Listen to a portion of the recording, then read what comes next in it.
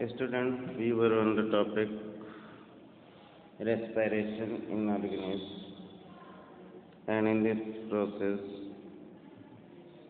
we will study aerobic and anaerobic respiration. So respiration usually takes place in the presence of oxygen. Respiration can, however, also take place in the absence of the oxygen of air. तो respiration दोनों तरीकों से होता है। एक तो वो respiration होता है जिसमें ऑक्सीजन प्रेजेंट होती है, और दूसरा रेस्पिरेशन वो होता है कि जिसमें ऑक्सीजन प्रेजेंट नहीं होती है, एब्सेंट होती है।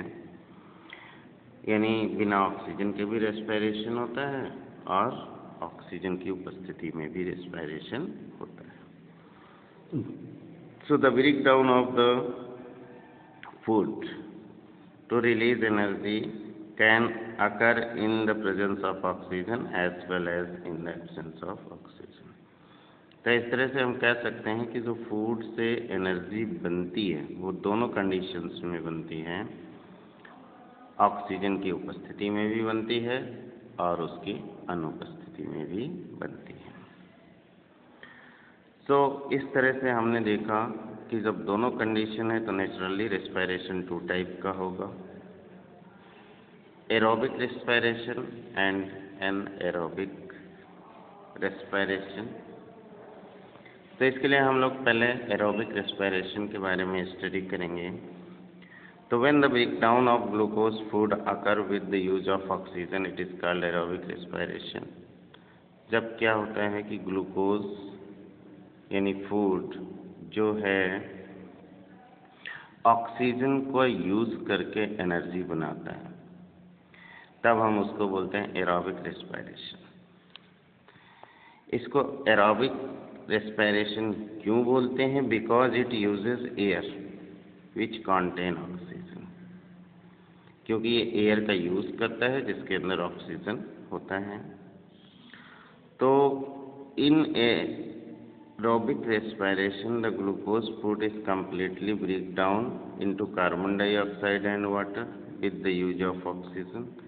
अब एरोबिक रेस्पिरेशन होता है तो जो ग्लूकोज होता है वो कम्प्लीटली यानी पूर्ण रूप से जो है कार्बन डाइऑक्साइड और वाटर में टूट जाता है और एनर्जी रिलीज करता है और हमको एनर्जी देता है। The breaking down of the food during aerobic respiration can be represented by the means of word equation, और इसको हम एक वर्ड इक्वेशन में लिख सकते हैं।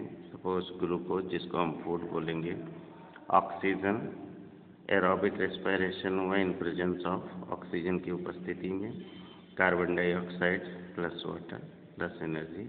ये वही इक्वेशन है जिसको अभी हमने आपको एक्सप्लेन किया। The energy release during the aerobic respiration is used by the organism, और जो इससे एनर्जी बनती है उसको ऑर्गेनिज्म जीव जंतु अपने लिए इस्तेमाल कर लेते हैं।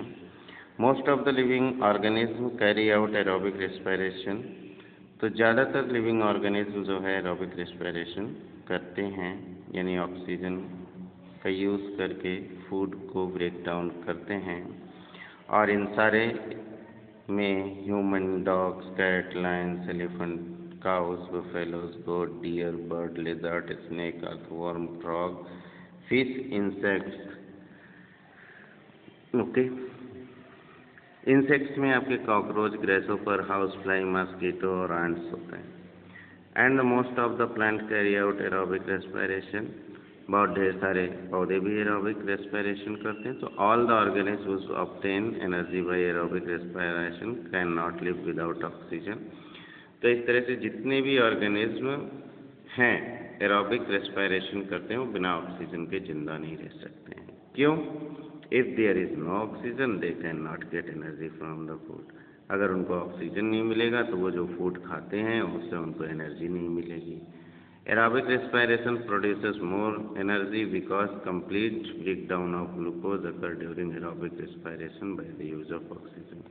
अब एरोबिक रेस्पिरेशन में क्या होता है, इसमें ज़्यादा एनर्जी बनती है क्योंकि ग्लूकोज जो है ऑक्सीजन की प्रेजेंस में जो है ज़्यादा मात्रा में एनर्जी बनाता है और वो कम्प्लीटली ब्रेक डाउन होता है ग्लूकोज और कार्बन डाइऑक्साइड और वाटर बनाता है।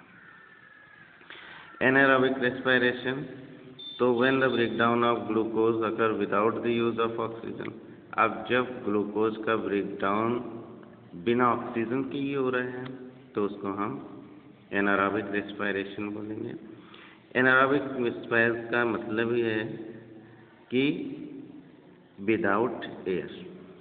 ओके, सो माइक्रोस्कोपिक ऑर्गेनिज्म, इस तरह की रेस्पिरेशन जो बहुत ही छोटे माइक्रोस्कोपिक सूक्ष्मदर्शी से देखे जाने योग्य ऑर्गेनिज्म जैसे ईस्ट है, कुछ बैक्टीरिया हैं, ये सब लोग अपनी एनर्जी जो है एनारोबिक रेस्पिरेशन से फाइंड आउट करते हैं, निकालते हैं। The anaerobic respiration microorganisms like yeast break down glucose in the absence of oxygen to form alcohol and carbon dioxide and release energy। अब एनारोबिक रेस्पिरेशन में अब सपोज हम ईस्ट को लेते हैं तो ऑक्सीजन तो वो लेता नहीं है, लेकिन रेस्पिरेशन कर रहा है एनर्जी लेने के लिए। तो वो क्या करता है, जब फूड को तोड़ता है, ब्रेक डाउन करता है, तो अल्कोहल और कार्बन डाइऑक्साइड और एनर्जी रिलीज करता है। ओके, तो इसका हम एक वर्ड इक्वेशन लिख रहे हैं। Glucose food, no oxygen, it means anaerobic respiration, alcohol, carbon dioxide and energy. तो इस तरह से the energy produced by this anaerobic respiration is used by the yeast, और इस तरह से जो एनर्जी आती है उसका जो है ईस्ट यूज करता है। Only a few living organisms carry out anaerobic respiration to obtain energy without using oxygen of the air। कुछ ही ऑर्गेनिज्म हैं जो इस तरह के एनारोबिक एंड एरोबिक रेस्पिरेशन करते हैं एनर्जी फाइंड करने के लिए। तो इसमें ईस्ट को हमने आपको पहले ही बता दिया है, कुछ बैक्टीरिया भी हैं। All the organisms which obtain energy by anaerobic respiration can live without oxygen। तो जितने भी ऑर्गेनिज्म हैं जो कि एनारोबिक रेस्पिरेशन करते हैं विदाउट ऑक्सीजन जिंदा रह सकते हैं। ओके, तो सपोज ईस्ट है तो ईस्ट को जो है एनर्जी ऑब्टेन करने के लिए ऑक्सीजन की ज़रूरत नहीं होती है, तो ये बिना ऑक्सीजन के जिंदा रह सकता है। So those organism which obtain energy by the process of anaerobic respiration. अब वो ऑर्गेनिज्म जो इस तरह से एनारोबिक रेस्पिरेशन से एनर्जी फाइंड आउट करते हैं, लेते हैं, उसको हम बोलते हैं एनएरोब्स। तो ईस्ट को हम लोग एनएरोब्स बोलेंगे। ओके, तो east is a single celled organism. अब ईस्ट के बारे में पढ़ेंगे कि ये एक कोशिकीय जंतु है। Yeast is a single celled fungus, और एक्चुअली ये एक तरह का एक कोशिकीय फंगस है। Yeast is a single celled represents the whole organism. Yeast क्या करता है, एक ही सिंगल सेल में पूरे ऑर्गेनिज्म, एक पूर्ण ऑर्गेनिज्म यानी जंतु का, जीव का व्यवहार करता है। Yeast is use to make alcohol drink. Yeast का यूज़ हम लोग अल्कोहल पेय पदार्थ जैसे वाइन, बियर बनाने में करते हैं, ब्रेड को बनाने में करते हैं। कैसे? East respires anaerobically and during this process eat convert glucose into alcohol. तो हमने पहले ही बताया था कि ईस्ट जब रेस्पिरेशन करता है एनारोबिकली तो क्या करता है, वो ग्लूकोज को अल्कोहल में कन्वर्ट करता है।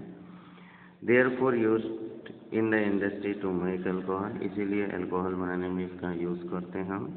Alcohol is used in making wine and beer, और उस अल्कोहल को हम लोग वाइन और बियर यानी शराब और बियर बनाने में यूज़ करते हैं। Anaerobic respiration in east also produces carbon dioxide gas. अब इस जब एनारोबिक हो रहा है तो कार्बन डाइऑक्साइड ये भी बनाता है।